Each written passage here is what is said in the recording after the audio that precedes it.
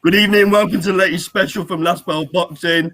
Tonight or tomorrow or this afternoon, depending what time zone you're on, we have the boxing legend, that is Rick Glaser. Good afternoon, Rick. Guys, thanks for having me on your show. I've heard a lot of nice things about you guys in particular, you three, and about the quality of your show. And I was very pleased to be asked to be on your show today. Very kind of you, very kind of you. So we're going to go straight into it, Rick. Tell us how you got into boxing. I believe you wandered into a theatre to watch a fight when you was about 12 years old or something like that, and you got the bug. I went to I really liked boxing when I saw it on TV on like ABC Wide World of Sports, and then Ali Frazier one came along, and I was turning 13 years old the following month, so I was still 12, and I asked my father and mother permission if I could go down to the movie theater and get in and stuff like that. And they said sure. So my mother had somebody drop me off, a family friend, and then my father had a worker of his pick me up and take me home after the fight. And I was in the movie theater. I was short back then. I'm still not real tall. I'm only 5'9.5", but I was real short back then, being a 12-year-old. And people kept jumping up every time a punch even missed. They would jump up, right? So I said, "Wow, look at all the excitement this is!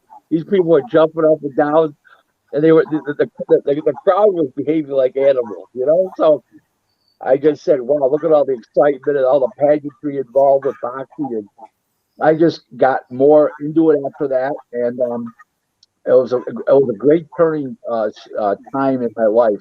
In 1984, I was living in an area called Falls Church, Virginia, Alexandria, Virginia, right outside of Washington, D.C., our nation's capital. And I was living with my girlfriend. We're from Buffalo. I moved down there for professional purposes, and I was sending her to college at George Mason. Well, it was the summer of '84. We're watching Eddie Rosario on TV, Howard Davis Jr. from the WBC World Lightweight title. Sensational fight. Ended up to be the last round of the knockdown, and that Rosario knocked Howard Davis Jr. down, and Rosario went on to win a split decision. Well, she comes in about the 10th round. My girlfriend, her name was Renee back. I don't say my girlfriend back then, Renee. She comes in. She goes, "Turn this junk off.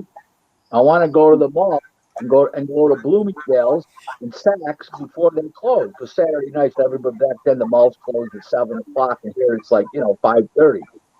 I looked at her and says, "Honey, I'm going to make a living at this someday." And I said, "I have to watch. I'm going to make a living at this someday." She laughed at me. So in '87 we broke up, and in '95 we took up with each other, even though, may I say, she was married at that point to somebody else, obviously. And we took up. And so she says to me, we turned out to be lovers on and off for 26 years, by the way. The only reason why we stopped was because of my wife. I met my wife, and I said, "Oh boy." So anyways, here's what happened. So after 8 years, I'd already been a boxing now for 4 years. And there was already articles in the big newspaper here about me. And she said, I said to you, "Honey, you remember what I said to you that July afternoon when you wanted to go to Bloomingdale's?" She says, "Hold on. Hold on one second. What?" Okay, wait, hold on. Hold on. Okay, so, and she said to me, I'll always remember what you said to me, and you lived up to your dream." So here I am today, 30 years in boxing full time. My lovely wife just walked in, and I got married for the first time at age 55. I met my wife when I was just turning 54, and couldn't be happier. Great wife. She puts up with a lot in boxing. Phone calls in the middle of the night. People calling you in the middle of the night just to say hello. She doesn't understand the camaraderie amongst boxing guys throughout Australia, the UK. I mean, everywhere. Germany, the people I do business with in Russia, the Ukraine, and people just calling you in the middle of the night. "Hey, how you doing?" They know it's the middle of the night, but you're a boxing guy. everything I do, if you look at my website, glaserboxing.com, everything says 24/7, 365. Some tweets do. That's what a boxing guy is. Showing the knowledge, not only the prowess to get it done, not only your ability, but the physical and mental wherewithal it takes to literally be 24/7, 365 days a year. A typical Rick Glaser day, okay, is literally working till 1 o'clock in the morning on the phones and taking 3 hours worth of sleep, going and starting up at 4 o'clock in the morning with the UK. The calls at 12 o'clock to 1 o'clock in the morning. What are those? Those are New Zealand. Those are Japan. Those are Australia. The Maloney's, they're clients of mine. The Maloney twins. I don't represent them, but I supply them with all their supplemental services. So basically speaking, it's literally 24/7, 365. Why? Because even when I'm sleeping, the phone is right next to me on my bed, full blast. Okay, and if I get an email, there's a loud noise that comes from the phone.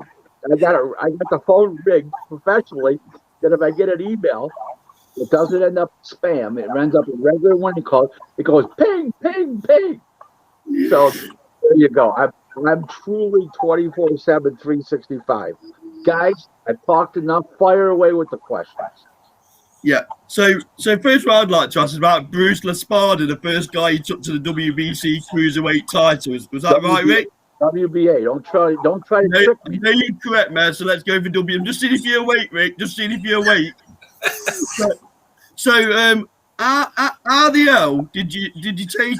Obviously, you was a novice at that time. I'm assuming, fresh into the business.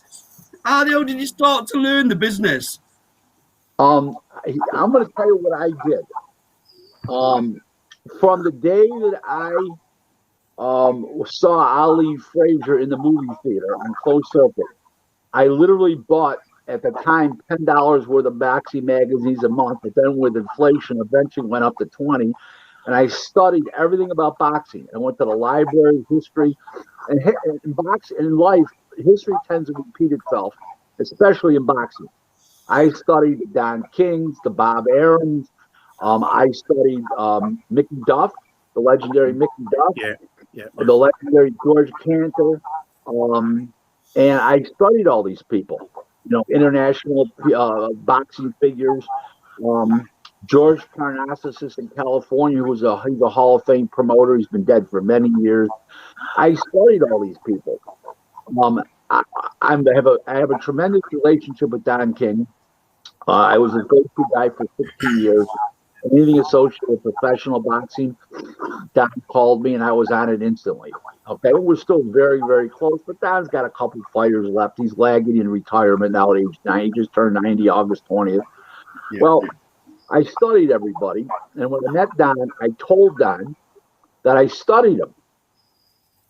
And I said, I learned a lot from you without even ever talking to you, just by studying what you did. He said, well, give me one idea what I did. So I said, well, you had the WBA, you had Larry Holmes, the WBC world heavyweight champ. And during that time period, and after Larry lost a title, you had all these rummies as WBA champs. They couldn't sell a ticket. Tim Witherspoon, Bone Crusher Smith, the list went on and on. Greg Page, the list went on and on. It was a revolving door. And they kept losing at almost every time they fought. They'd lose, they'd win. That guy would give the title back to somebody, a Pinklin Thomas. They were all in the mix, right? Yeah. Mike Weaver, Michael Dokes. Okay. I says, you did that intentionally, Doc. He says, what do you mean? He looks at me like a puzzle look on his face. You did that intentionally because they couldn't sell a ticket, so they had increases in their purses for every fight that they won. Their next purse would be that much more. You couldn't pay those purses because they couldn't draw. They wanted traction because everybody wanted to see Holmes and everybody wanted to see Tyson. So what you did was you intentionally got those guys beat. You had them train. You told the challenger 4 months before the fight, you're fighting for a title. You told the champ a month out. And he had to be in great shape. He looked at me and says, You're a one smart motherfucker. So it was, I had, like I said, I studied. You don't just enter boxing. You study. You have to study. Yeah. I studied from 71 to 91. I studied for 20 years boxing, and then I got into it, and I never looked back. So I had a head start. I'll tell you two great stories right at the beginning of my career. Two legendary figures. That's why I'm telling this. If they weren't legendary figures, I wouldn't be telling the story. So I called up Lou Duva early on. I says, Lou, my name is Rick Glaser from Buffalo. I says, I supply opponents, sparring partners, all kinds of services to promoters, managers. He says, are you in boxing full time? I says, no. He says, you call me back as soon as you are, and I'll give you some business. Slams the phone down. So I still had my car business at the time. It was like 6 months so 6 months. This is right in January of '91. I started in January of '91. So I called up Lou about 4 months later, and I says, Lou, this is Rick Glaser from Buffalo, because the name sounds familiar. You told me that if I left the car business, I was in boxing full time, you'd give me business. He said, did you leave the car business? I said, yes. He says, get a pad and pen out. I got a lot of business for you. And he gave me a whole bunch of lists of sparring partners and opponents he needed, and then I was off and running. The second story is the legendary Angel Dundee. So I call up Dundee, and I says I supply opponents, sparring partners, and all kinds of services to promoters, managers, blah, blah, blah.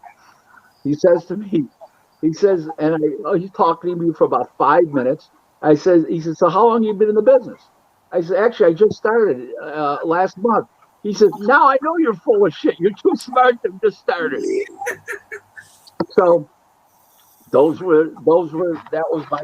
my start.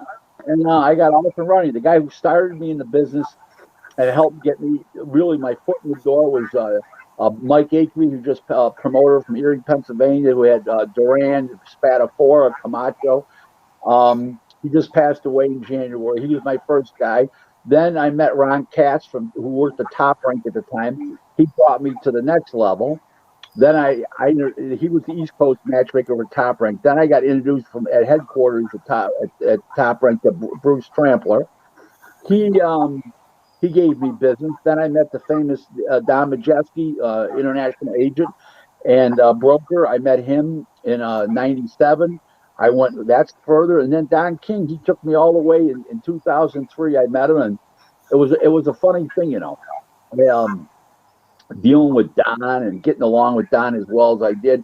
He was going all around the world, everywhere when he was telling people about me in Russia, the Ukraine, Germany, England, every time he went somewhere, he was telling them about me, giving people my number, call, we got a problem, call this guy, blah, blah, blah. Wow. So I didn't know this. I had no clue, right? So I call up this guy over in England one time. He had a fighter, and I wanted to know if he wanted to fight in Australia. So I called him up, and I go, hi, this is Rick Glaser. I'm in the, being a little meek, I'm in the professional boxing business. He says, I know who you are. You're a legend. I says, well, how do you know who I am? Remember, this is like 2004. How do you know who I am? He goes, I heard all about you. I was at dinner one night with a bunch of boxing guys, and when he called, Don was there a couple days early for a fight. I went to dinner. I was invited. And he told Rick Glaser stories for an hour. I said, you're a legend. I go, well, I'm not really a legend. I just do a good job every day for everybody I deal with. So that's the best way I can explain myself. That's what I do. I was put on earth to do certain things, and you have to do it well. So I'll ask you one more question, then I'll let Andy in. Obviously, Don King gets a lot of bad press, don't you, Rick? From his time in boxing. But from what I've been reading, he did a hell of a lot for charitable causes, didn't he? So, is there any stories around charity? Some good news stories? Well, Don donated $500,000 when a fire truck engine blew up in Deerfield Beach, Florida, where his office was. He donated $500,000 to the city for the fire truck. And not only did they were supposed to put a new motor in the fire truck. Instead, they just bought a new fire truck with Don's money, which was very nice of Don and very nice of them. You know what? Don is a very misunderstood person. I'm not saying to you that he hasn't done unscrupulous things. I'm not here to defend him. I'm just showing you the other side. Yeah. Okay. One day I was in his office, and he gets a letter from a preacher in his original hometown of Cleveland, Ohio, that a lady's house blew up. She wasn't in the house. She was at church. The house blew up, and she only has a small amount of insurance to cover it. And it was this much more. It was $117,000 more to fix the house, to get her back up into the house. I think it was $100,000 and $17,000 for, I don't know, something else, but it was $117,000 deal. He calls up the controller on the in-house phone. Get up here. Okay, comes up. He says, get me a check for $117,000. Here's the address. Here's the person, and get it off at overnight FedEx, where they get it tomorrow morning by 10:30, and make sure it gets there by 10:30. Wow. I mean, that's Don. So he does do a lot of great things that nobody writes about. Don's an easy guy to beat up in the press. Okay, for a lot of reasons, because he has a criminal background. He was in prison. He murdered 2 people. One he was convicted of. One he was found innocent. I have nothing bad to say about this man, including putting me in first class right next to him when he flies, eating in the finest restaurants in the world right next to him. I mean, he treated me like his long lost son, to be honest with you. Yeah. And I have zero complaints. He didn't owe me anything. The only bad habit Don has, okay, in dealing with me, was this. Okay, and it was a good thing, but a bad thing. So Don's mega wealthy. I'm not. Okay, I make a living. Okay, and I do well. I hold my own, but I'm not Don's league. So Don. You don't call Don up and invoice and say, hey, Don, when you send me a check for $3,500, you look like a shortstop. So you can't say anything, right? You can't show weakness. So he would go 3 months without paying me. Then he'll call me up because, Slick Rick, I'm getting a check in the mail. I owe you some money. All of a sudden, the check, $15,000 would appear, $20,000. That's how Don does things. So he'll let things linger, not because he doesn't have the money, not because he wants to jerk you around, just because he's not in reality. Because $3,500 to me is a lot of money to me, but it's $3,500 to him is a dinner for 8 people in New York City. So because of that variance, so me, I couldn't say anything and say, hey, man, you owe me $3,500, send it to me. First of all, Don's the type of guy, if you think you got $15,000 coming, you get 20. If you think you got $7,500 coming, he'll send you 10. So you're better off not to say anything anyways. So yeah. I have nothing negative to say about the guy. He's an absolute pleasure as a businessman, as a person. Had great social times with him. It was like you wouldn't believe. One real good story about Don that you guys will crack up laughing about, because this is really funny. Now, I don't know if you know about the lay of America, especially on the West Coast, but you go out to like LA and you go, especially Las Vegas, there's there's Elvis impersonators walking around and you tip them and give them money. That's how they make their living. And they play a song and all this shit, right? Okay. So there's other people impersonate too, but Elvis is the big one. So we're in Phoenix getting ready for the Juan Diaz fight, and Shannon Briggs is fighting Sergey Lakovic, and Juan Diaz is on the show. And we're coming out of the Hilton, and we're waiting for the limo to show up the Escalade, and 2 big, looks like ex-football players, 2 big heavy-set white guys come right. They look like they were like retired offensive linemen. They come rolling around the corner, and I can tell they were half drunk. They were walking sideways. Their ties were open, the top of their shirt. Their ties were like hanging down. I could tell these 2 were intoxicated. I could just see it. So they're walking right at Don, the guy says to the other guy, look at this, a Don King impersonator. Not realizing it was Don King. So he goes, we just saw Elvis impersonator. There's a Don King impersonator. Look at this. So now the guy walks up to Don and sideways and points to Don and goes, that's a great gig you got going on, man, and sticks his finger in Don's face. So the two guys walk towards the Hyatt. They're staying there, obviously. And we're still waiting to go to the local steakhouse. We're waiting for the Escalade. All of a sudden, the guy comes up behind Don, turns back around. Don's got his all-American, that denim jacket with the stars and stripes he wears.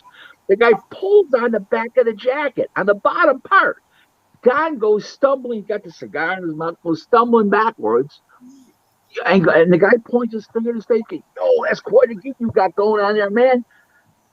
So the guy walks back to the Hyatt with his buddy, towards the door again. Don says, what's wrong with that guy? He says, Don, he thinks that you're a Don, like Elvis impersonator. He thinks you're a Don King impersonator. There's somebody impersonating me. He says, call my lawyer immediately. First words out of his mouth. Okay. I mean, the journey he must have had, Rick. The journey he must have had. Okay, Andy, do you want to jump in? Yeah, I've got a question that's coming from the fans of the show. They get really frustrated when they see modern day fighters seemingly protecting their win record. From the early days where you got the Four Kings, it's no coincidence that they're legends of boxing. And the likes of Ali, Frazier, and Foreman, legends of boxing, because they all fought each other.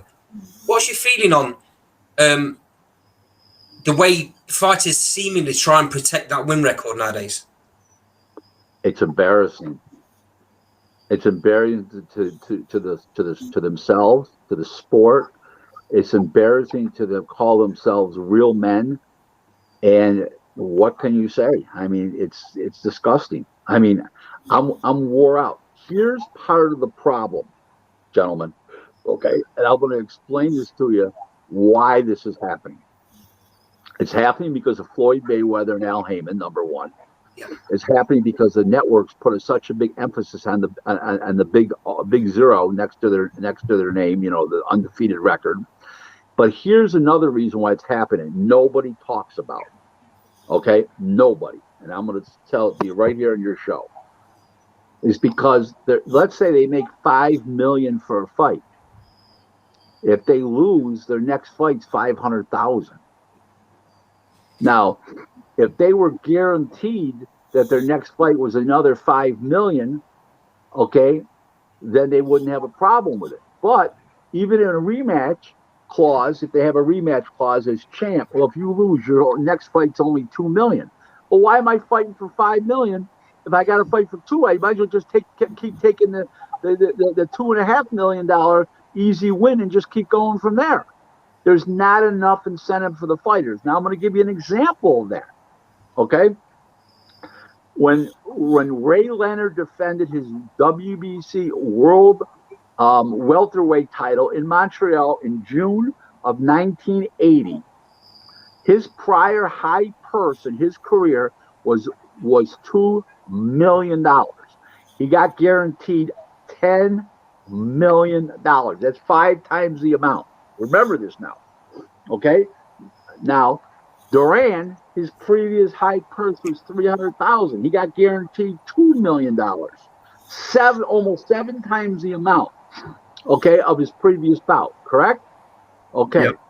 That's why that fight was able to be put together. The problem today is guys like Al Heyman are paying these bums these fighters today to fight journeyman fighters that are no hopers for the title, and he's giving them $2-3 million.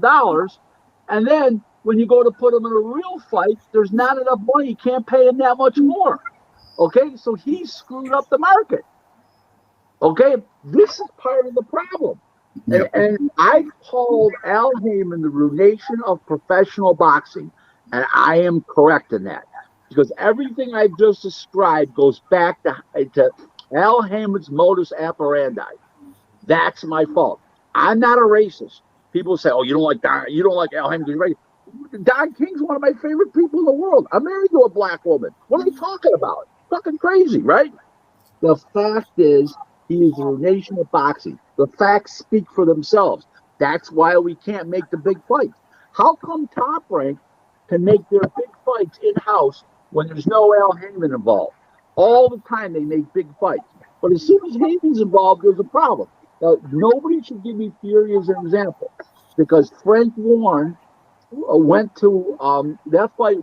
Those contracts were already in place when Bob Arum came involved because Frank Warren already had a rematch clause, and Frank Warren went to Arum for more revenue for Fury and make the fights bigger because Bob had TV in the United States. He could compete with Heyman, so he went for a backup guy. A guy for backup to become his partner because he acted in Fury's best interest. But remember something: Frank Warren didn't have to go to Bob Arum. He did it because he acted in the fighter's best interest, and that's one of the reasons why Tyson Fury is so loyal to Frank Warren because he knew that he did that because of the fact that he did it for Tyson to be able to guarantee him $25 million a fight. Which Frank Warren couldn't do that without Bob Arum's input and TV resources. Rick, just break that relationship down for me if you would. And I know you're much more informed than me. How can Tyson Fury have Bob Arum in the States and Frank Warren in the UK? How does that even work? They're partners, and Tyson Fury. They're partners. There's nothing to figure out. They're partners, and they should be partners. They're both Hall of Famers. They're both legendary figures. I mean, Bob Arum's legendary over here. Frank Warren's iconic. Bob's iconic here. Frank's iconic in especially the UK, but Europe, period. And it's a great relationship. You know, I talked to Frank about Bob, and Frank said to me, "Rick, I've never had such a great time." It was when Bob came over here a year ago, at the time when he mentioned this to me. It was in like 2019. What a guy. We had such a tremendous time together. He's so much fun to be around. I mean, Bob Arum's a funny guy. He can make anybody laugh. He's just that type of guy. It's not what he necessarily says something funny. He just is funny the way he is. What? Are you crazy? That's how he talks. So one thing about Bob, there's always action and enthusiasm around Bob. Realistically, I had a great line one time about Bob. I said he could ignite the dead, back to living, and it's true. He's just one of those type of guys that can excite anybody. He get anybody excited. He's just that kind of guy. I mean, you've heard him on talk shows, on podcasts. Yep. The guy's a pistol. He's 90 years old. The guy's an animal. Yeah, longevity is amazing, isn't it? How long he's been in the game, and energy levels. Wow. You know what? Just while we're talking about Tyson Fury, that third fight with Deontay Wilder is on the horizon. What's your feeling on this third fight? Is there any point? Well, let me put this with you. Anytime a guy can punch a hole in a wall like Wilder can, I would say he's got a prayer.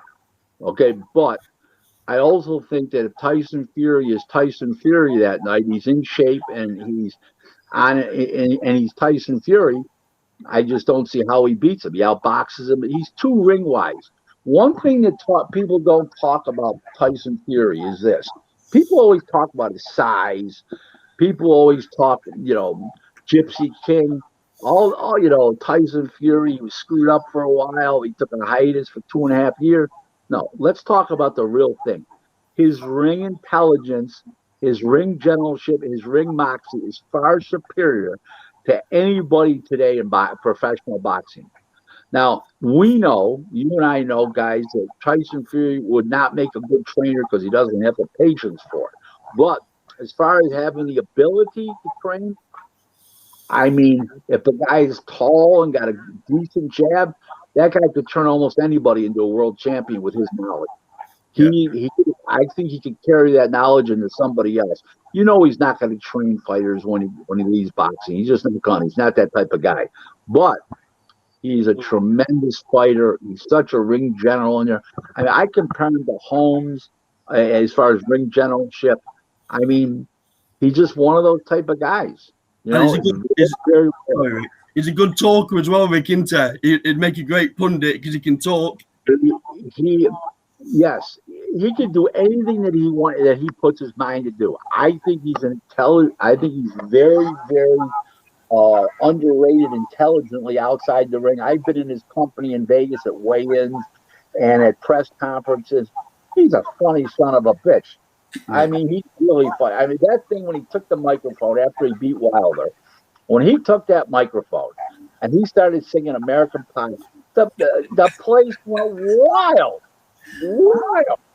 And Rick, the Klitschko fight, he beat Klitschko before he even got in the ring, didn't he, with the antics in the press conference, running in as Batman, and God knows what else he got up to. The guy's a genius. The guy, there's something about the guy that's so uncanny that he's special. What can you say? Ability-wise, personality, charisma. Listen, I told somebody recently, a reporter, that anybody who doesn't like Tyson Fury in the ring and out of the ring, okay, they're wrong, because he brings everything what he is, the prototype fighter and fighter mentality. I mean, look, like he was almost knocked out in the 12th round in the first fight. You thought he was dead. When you saw him a bitch rose up out of the dead, literally. And he won the round. He was laid out like Cleveland Williams was against Ali, and all of a sudden, oh! So there you go. And he won that round, Rick, didn't he? And he won that fight. Well, the rest, he won the fight. They robbed him. They called it a draw, but we all know. But yeah, he won the rest of the round. Is that what you were saying? Yes. Yeah, absolutely. Would he have beat Lennox Lewis in his prime? Now, there's a question for you. No. Lennox Lewis punches too hard, and he was very fast, and he was much stronger than Tyson Fury physically, and he had a better amateur pedigree. And no, he wouldn't have beat. Even though it would have been a great fight, I can't see him beating Lennox Lewis. He doesn't punch hard enough for one shot to rattle Lennox Lewis. Lennox Lewis, you got to remember something. Lennox Lewis is 2 punches away, one in the Oliver McCall fight and one in the Rock. And the Oliver McCall fight was stopped way too quickly. But to tell you the truth, he was 2 punches away from being an undefeated heavyweight. So, and we mentioned like a Marciano in Myth, in Myth, of course. I don't rate Marciano that great, but Lennox Lewis is a special guy too. Brilliant guy inside the ring, brilliant guy outside the ring. I'm going to tell you something that nobody ever mentions about Lennox Lewis. He is the most self-controlling fighter that I've ever seen in my life. It's amazing. I know his amateur trainer, I knew him, passed away, and I knew his Olympic trainer now. The first guy's name is Arne Bain, the guy that raised him in boxing, and the Olympic coach was Adrian Teodosic. And both told me the same startling thing about Lennox Lewis, which was very, very impressive. Ready? Both told me that he was there on time every single sparring. Every single gym day, he was there on time. Normally, like way before, number one.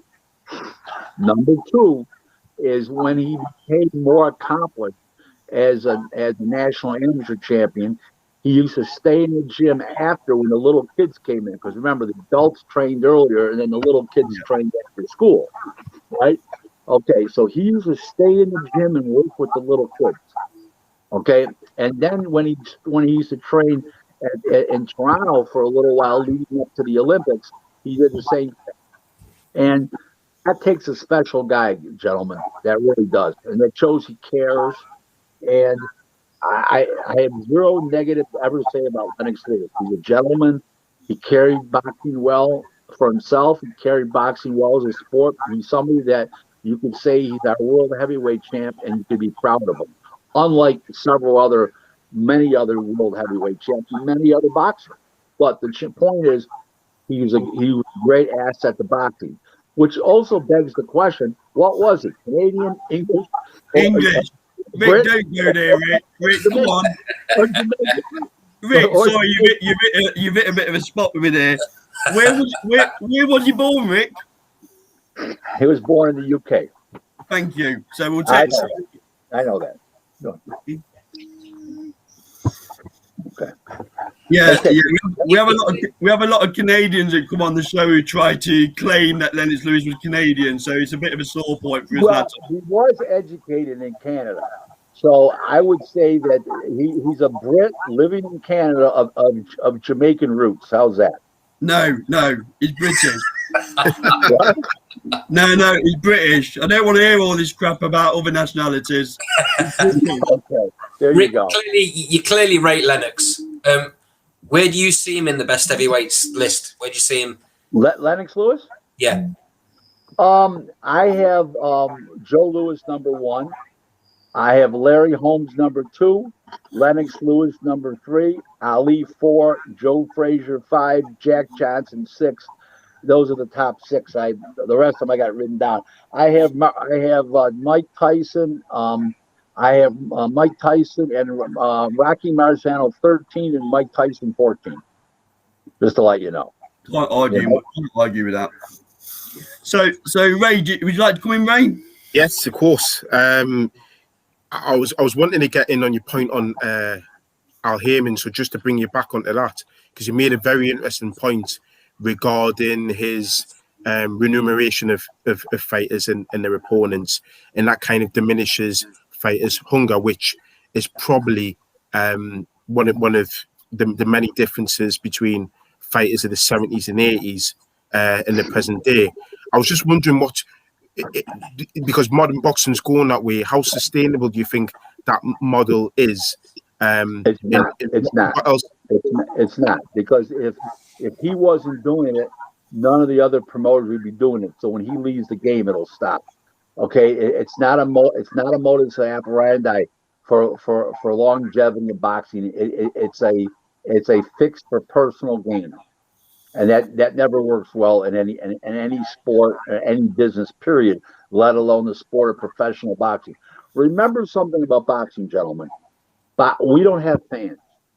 We have enthusiasts, boxing enthusiasts. Why? What's the difference? The difference is when you're a fan, you can turn on regular basic TV and watch football and soccer. Boxing, 8 out of 10 times you're turning on to a prescription on TV, on premium TV you got to pay for, or streaming service you got to pay for. That's why they get the word enthusiasm about enthusiasts over fan. The reason why they're fans is free. Okay, everybody's a fan. Boxing, they deserve the word enthusiast because they're paying to watch. And people are not going to pay to watch shit. And what he's doing is he's turned boxing into a sideshow to circus at times. Okay? And it's unfair to people in the business, and it's unfair to the fans. And it's even unfair to the other boxers, not his own, but the other boxers who want to forge legacy like Terrence Crawford and these type of fighters, and he doesn't allow those fights to happen.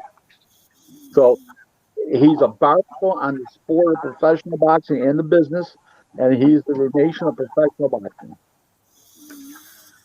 Rick, I know you put a tweet out today with some concerns, didn't you, about the Manny Pacquiao fight and some of the figures that the pay-per-view buys are looking like? Is that a real concern to you at the minute? Boxing fans might be getting turned off by the caliber of the fights. Well, I believe pay-per-view should be like twice a year, like a Tyson Fury versus Wilder, or obviously Tyson Fury versus Joshua. The couple biggest fights of the year, like 2 of them. Al Haymon's putting on these pay-per-views like they're popcorn. Yeah. And the people are tired of it. I'm going to tell you what just happened to a friend of mine. So I have a friend of mine that makes a lot of money. Well, relatively wealthy guy, not rich, but relatively wealthy and stable.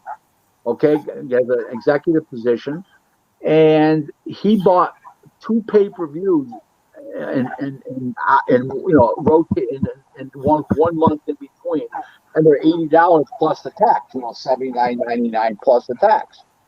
His wife turns to him and says, "Honey, what's this?" And well, that was the pay-per-view. He goes, "We need to spend $80. We just did the other match. I didn't even pay attention to it. I just saw it and just moved on. Now I see it again." Okay, so this is what he said to her. He says, "Honey, but we go out for dinner. We spend $200. We got a pizza. It was $80 plus the tax. We got a pizza. It was $25, and we stayed home. We actually saved $90." She said, "Let's figure out better ways to save $90." So there you go. Off the back of that, it is the prices in the States for pay-per-views ridiculous. We don't pay anything like that over here in the UK. You pay what it's equivalent to $25. Yeah. I know. I listen. I study this sport. I study this business. I know what's happening everywhere. That's why I have clients everywhere, because people believe in me. What do you think to the DAZN model then? Because they're obviously putting the price out over here. We're paying, what is it now? $7.99. $7.99 a month. I don't have a problem. I don't have a problem with DAZN's pricing. I have a problem with what DAZN did in the United States with handing the reins over to Eddie Hearn and having what I call the Hearn invasion into the U.S., which is completely, and the DAZN invasion has completely fell on its face. Eddie is a great UK promoter, as Frank Warren is. You don't see Frank Warren coming over here attempting to promote. You never did. Okay? You have a situation, okay, that's ugly, that he came over here with, and they're showing Eddie's garden fights in the back of his house, and people are laughing in the United States and say, "We're paying for this? This is supposed to be free. We got to pay for this stuff?" They don't want to see that. They want to see real fights. They want to see all those guys that are on Oscar De La Hoya's roster. Virgil Ortiz, Ryan Garcia, Jojo Diaz, Jaime Manguia, Joshua Franco. The list goes on and on. He's got a dozen guys that are that can be huge attractions on TV. Plus, he's got a whole bunch of 105, 8, 12, 15, and 30-pound champs. He's got like 6 of them. Okay, maybe it's 5. He's got guys that people want to see. They don't want to see those Eddie's fights. Eddie, they want to see. Okay, they want to see Joshua. Okay, they want to see Dillian White. They don't want to see Demetrius Andrade versus Luke Keeler. They don't want to see this garbage. It's garbage. Okay, they don't want to see domestic fights in the afternoon and pay for it. Now, I get that. Top Rank was showing the BT Sports fights over here. It used to be from Frank Warren from Queensberry. Okay, that's fine, but nobody's paying for it. It's free. Okay, you have a situation that people expected to pay. They want to see a premium product. Listen, it's no different than, and I hate to compare it to prostitution, but everything involves. Don't forget, everything in business compares to prostitution. Okay. If you walk into a whorehouse, the little midget wearing no high heels with small boobs, okay, nobody wants her. Okay? But a tall, voluptuous, anything, okay, that's hot. You'll pay $1,000, you'll stand in front of her, you'll tell her anything, and you'll give her anything she asks for within reason. So everything is relative. You give the people what they want, they'll pay for it. Rick, you're the first person to make me laugh like this on camera. I'm sorry. What a comparison that is. I wasn't expecting that. You completely threw me on that one. Prostitution is the oldest business in the world. Yeah, I know, yeah. Prostitution. Doesn't it? Right? You want to be long-term sustainable, yes. Hey, listen. Prostitution has been around for thousands of years. Yeah. Okay? And every boxing and business in general always reverts back to prostitution. It's no different, guys. It's no different than I'm trying to do business with a guy, And he says, if you'd like to do business, please call me at your convenience. And the guy texts me back or emails me back and says, why don't you call me? No, you call me if you want to do business. Because now if he calls me, I'm in the driver's seat. No different. Yeah. You got to know the lay of the land. And everything goes back to prostitution. It's a fact. I tell you what, though, Rick, Judge John Eddie Hearn is spreading himself quite thin into with the amount of territories that he's going into as well. Italy and this and that and this invasion. That son of a bitch got he's getting a speeding ticket, for Christ's sake. He never conquered America. He's a laughing stock over here amongst the fighters and amongst people in the business. He's made offers over the internet to Adrian Broner, to Charlos over on Twitter, for Christ. I mean, come on. It's not how to conduct business. Conduct business like you're supposed to. Okay? Sit down with the guy. Invite him to a fight. Go to his city that he's in. Sit down with him and say, listen, here's the deal. Let's do business. I can do this for you. I can do that. Making offers over the internet, calling up people and say, hey, I want to pay. No. People want to get to know you. Another thing is, let's be honest with each other. Americans, there's a big difference. In America, fighters are street urchins. You have to have street urchin mentality to deal with them. That's why Don King has been so successful, and that's why Bob Arum has been so successful. Eddie Hearn does not have street merchant mentality. You do not grow up the son of who's now a billionaire probably, and Barry Hearn, Hall of Famer. You don't grow up from your father's lap and your mother's lap of luxury, and you're supposed to understand the street urchin way of life. It doesn't, nobody ever mistook Eddie Hearn or Barry Hearn for one of the Cray brothers. You know what I'm saying? You've got very good knowledge of the UK, and you, Rick, very good knowledge of the UK. You know your stuff. I said I study. I know things. Knowledge is powerful. Knowledge is a power. So my point is, they're not going to respect an Eddie Hearn. Frank Warren has got a lot of swagger and a lot of street moxie. He is respected. He's a true boxing guy. Okay, he's a real boxing guy. The difference between Eddie Hearn and Frank Warren when it comes to the boxing, the science of the game, and the knowledge, Frank's got him beat. Forget in years. He's crossing. Put it this way to you: Frank's crossing the finish line in knowledge and business moxie, and Eddie's getting started. Yeah, Eddie's working with a bigger war chest now. Okay. Yeah, thank you, Barry Hearn. Thank you, the Dart League and all that other stuff that Winnie Colt does, where Barry was able to package that all together. I get that. Okay, but when it comes down to real knowledge, okay, and real know-how, Frank Warren is an amazingly guy. He's what Bob Arum is over here. Do you think Eddie Hearn's underestimated the American market?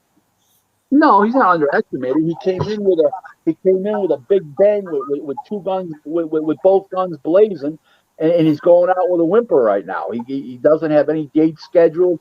They just took this date away from him coming up in September. The Zone couldn't get it together. There's too many things. He's spending too much money on rummy fights. Why would you pay $9.7 million for a consolation fight and Mikey Garcia and Jesse Vargas? Gave a guy $7 million for that fight and gave the other guy $2.7 million. One guy's worth $1.5 million and one guy's worth $750,000. I'll leave it at that.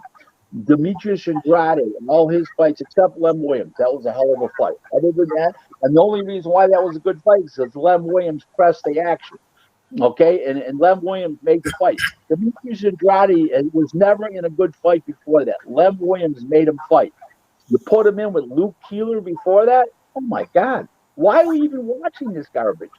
But why would anybody watch it for free, let alone pay for it? I'm a purist.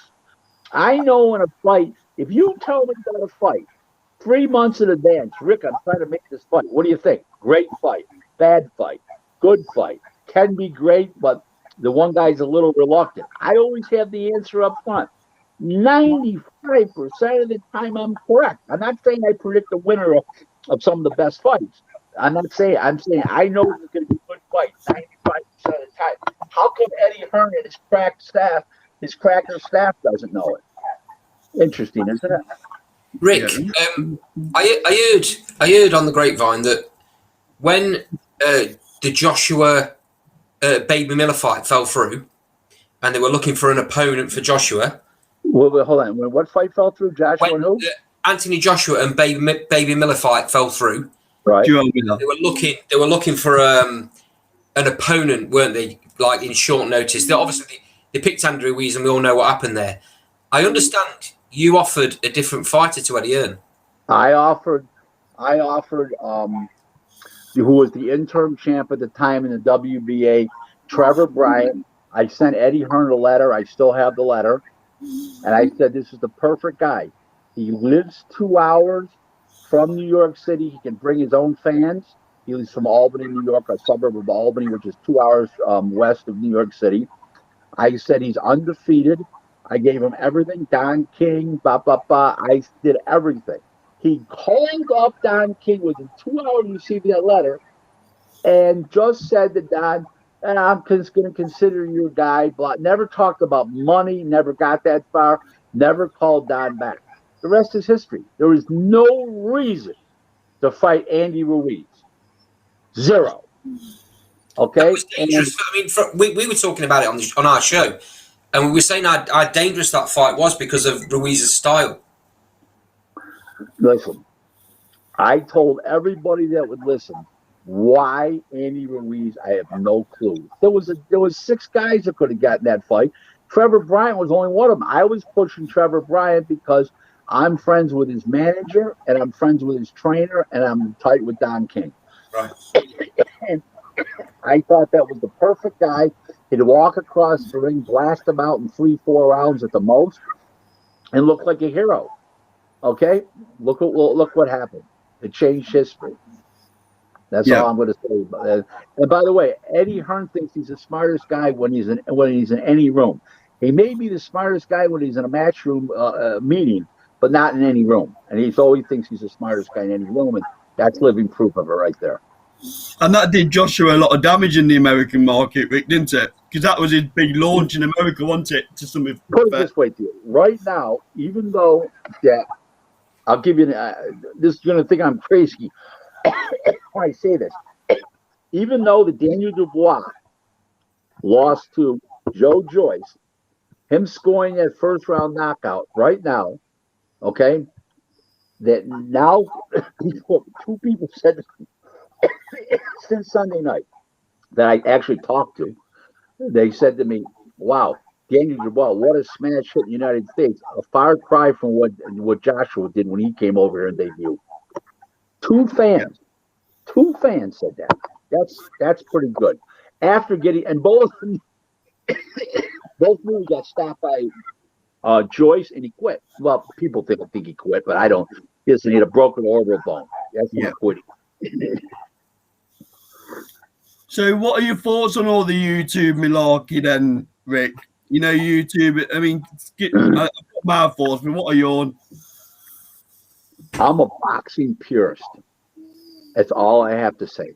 Yeah. Okay, see this shirt? Johan Boxing Gym, Philadelphia. I'm a boxing guy. It's damaging to boxing, isn't it? Of course it's damaging boxing. It's fraud, perpetrating off the backs of hardworking professional boxers. And part of the reason why they're able to put these fights on, because Al Heyman isn't allowing his fighters to fight in the biggest fights. And that's hurting the legacies of other fighters like Terrence Crawford and these type of guys. So Floyd Mayweather is obviously the biggest name for probably 10, 20 years because of him keeping his oath. That's the way it's seen.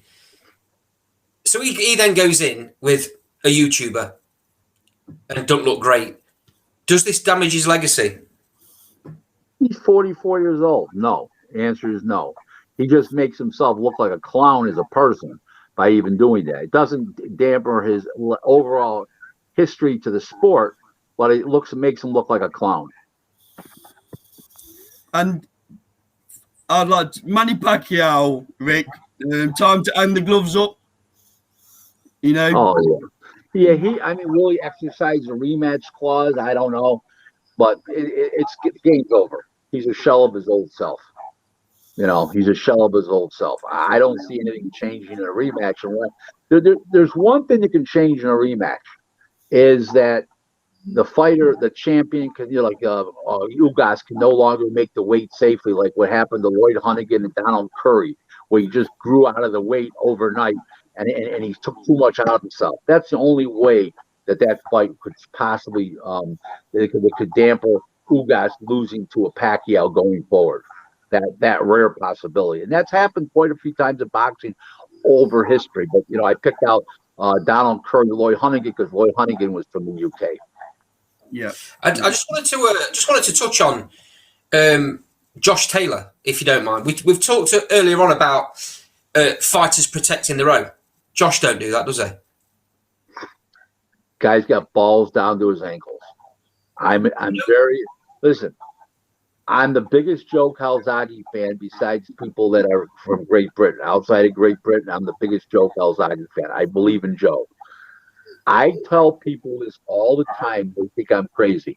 The best of Joe Calzaghe would have beaten the best of Roy Jones at 75 or 68. Wow. So, he had an uncanny style. He flurried. He was in and out and around. He used angles all the time. He threw as many punches in the last round as he did the first round, and he's tremendous.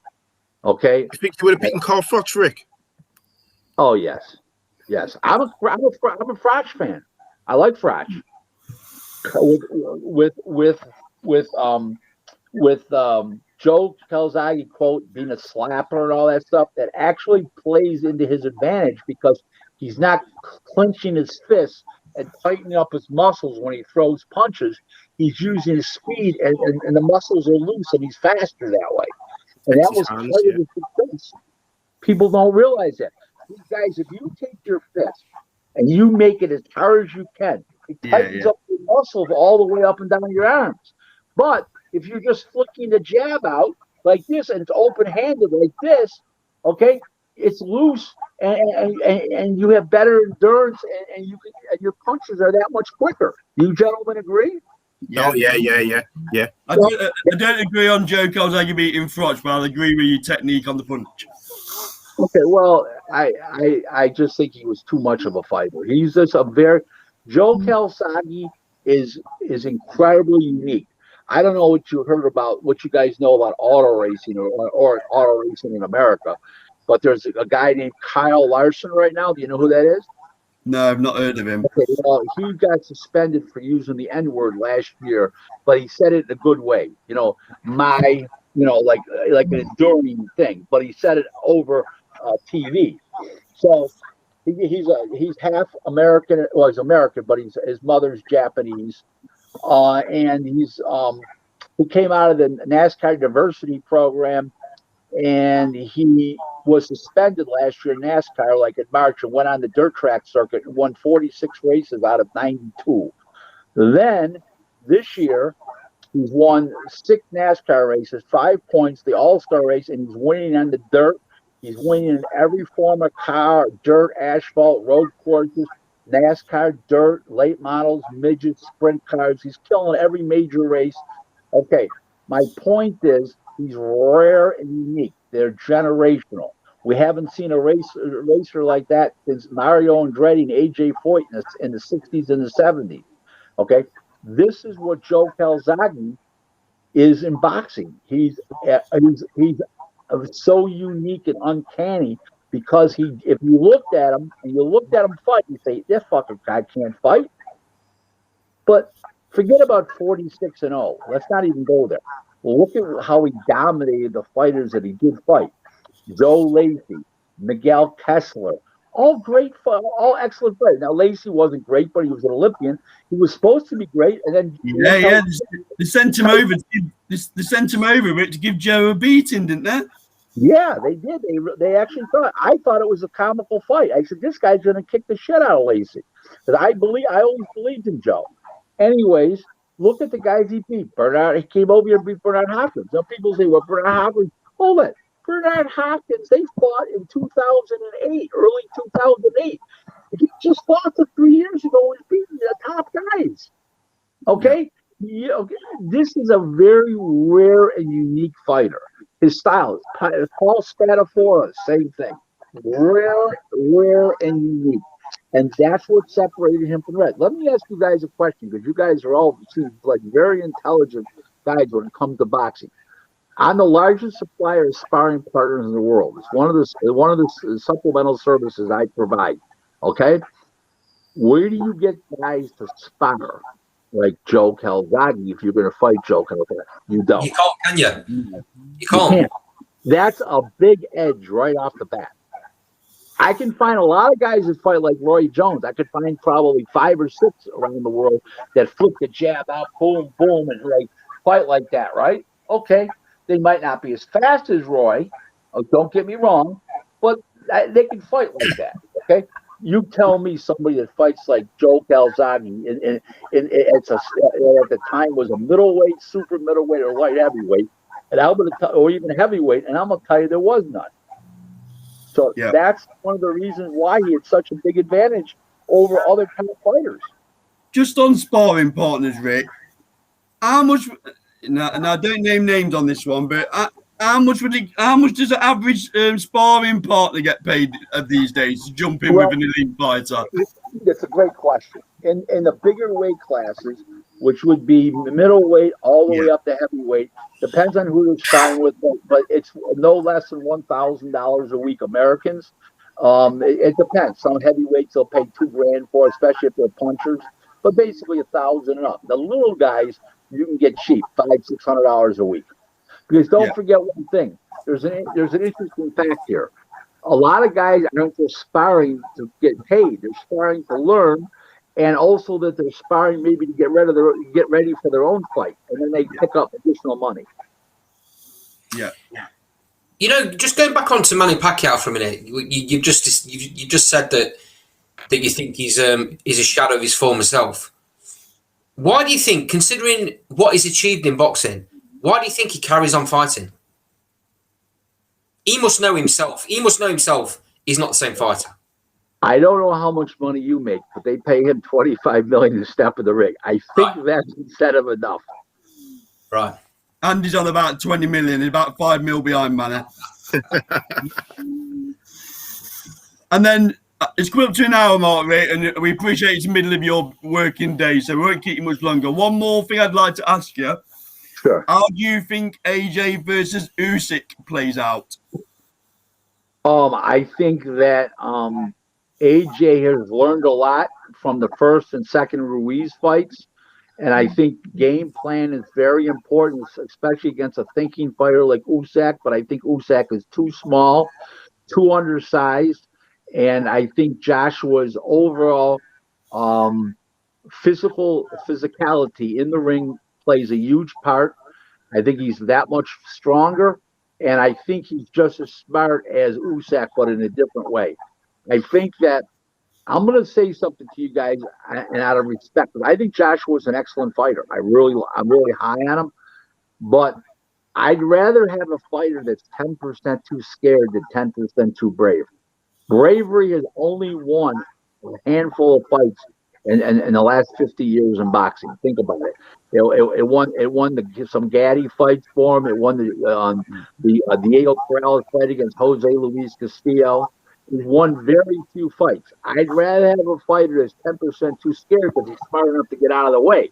If you're too brave, you don't even try to get out of the way.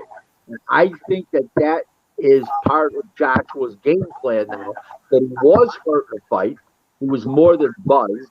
He was hurt. He was down. He was stopped. He quit on his feet. Well, I don't mean he quit, but they stopped it on his feet. I don't mean he quit.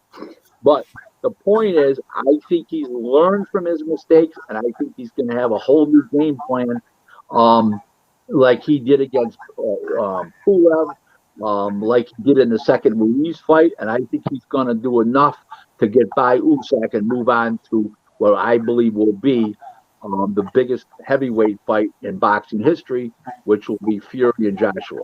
And the only reason I say Fury's name before Joshua is because I believe he is the better fighter of the two. If I had to rate the two of them, I would say that Fury is the better fighter. Yeah. So do you think, that being said then, do you think Fury wins that fight comfortably? Do you think it's a close fight? I don't think anybody beats Usyk comfortably. I think it's a good fight. No, I mean the Fury Joshua. Oh, I'm sorry. I'm so sorry. Do I think he wins? Yeah, I think Fury beats him on points. I think it's a good close fight. I can see it like 16-12, something like 116, 112. I think it's a very good fight. Listen, guys, if you want to do another hour and start over again, like cut it into two different segments and start over, we can do that, guys, if you want to. Because this is 3 o'clock to 6 o'clock is a slow time of the day for me. Yeah, it's very kind of you, but we do our live show at 9 o'clock UK time, Rick. So if it's okay with you, we'll schedule another one. We'll do anything, guys. I'm here your behest and your convenience. So whatever you guys want to do, I'm here to facilitate you guys. We'd love to have you on a part 2, mate. That'd be great. So Rick, really appreciate your time. What an education it's been. I don't know about you guys, but the stories you've got. Loved every minute of it. Legend. Well, thank you. Let me run this by you guys. Did you ever think of comparing prostitution and boxing? I didn't really want to come back onto that, Rick, but you brought us back onto it. Well, let me tell you. They're both performing without their shirts on. That's a great start, isn't it? Yeah, I'm going to have to put that in the title now, Rick, in the video, aren't I? It's going to have to go in there. How the legend Rick Glaser compares prostitution to boxing? I can see it now, Rick. I can see it now on YouTube. No, Rick, all joking aside. Guys, you can cut the show part out, but I'm going to tell you a great story that you'll like. I beat my wife, right? And my wife met me, and we just hit it off right away. And within days, I knew I was going to marry my wife. Here I'm 54 years old, never even thought about getting married. And I just knew my wife was for me. Okay? My wife's lovely. I would marry her all over again tomorrow. I no regrets. The marriage license is $40. I turned her over and I said to her, honey, hey, here's my half. Where's yours? So just to let you know, you always got to be thinking. And if you don't compare prostitution and boxing, you're really wrong if you think about it. It's a great comparison. On that note, Rick, it's been a pleasure. Obviously, we'll put all your links in the video to your Facebook and your website. We'll put it all in the comments. Forget my website. The Twitter and Facebook. Twitter and Facebook. Yeah, my website stands on its own as a more or less a business tool only, like free advertising and stuff. And it is what it is. But listen, I think you've probably heard a lot about me over the years. You three gentlemen have never actually talked with me. And I hope you found today to be a pleasure, and that hopefully you'll invite me on your show. It's a great time for me this day because it's a slow time period business-wise for me between 3 and 6. It's just the way it is, So anytime you want me on, I'm here to facilitate you guys and your efforts. You guys have asked great questions. You're just an hour short in asking questions. I wish you had another hour. And I got another hour's worth of answers. You guys have a wonderful evening. Thank you. And get those links to me when you can. And are you going to put it up on YouTube? I will do, but I'll send you the links first before I make it public. No problem. Okay. So if I crunch my name on YouTube, I have it come up also under my name. Okay? Okay. No problem. Gentlemen, it's been a pleasure. Thank you very much for having me. I look forward to being on your show in the near future. And also, if you have any questions, Carl's got my email address, and pass me your phone number. I'll call you on my dime if you need any help or in any way, shape, or form as individuals or as a group. Okay? Really appreciate that. Thank you very much. Thanks for having me. It's been a real pleasure. Thank you. No problem. Take care.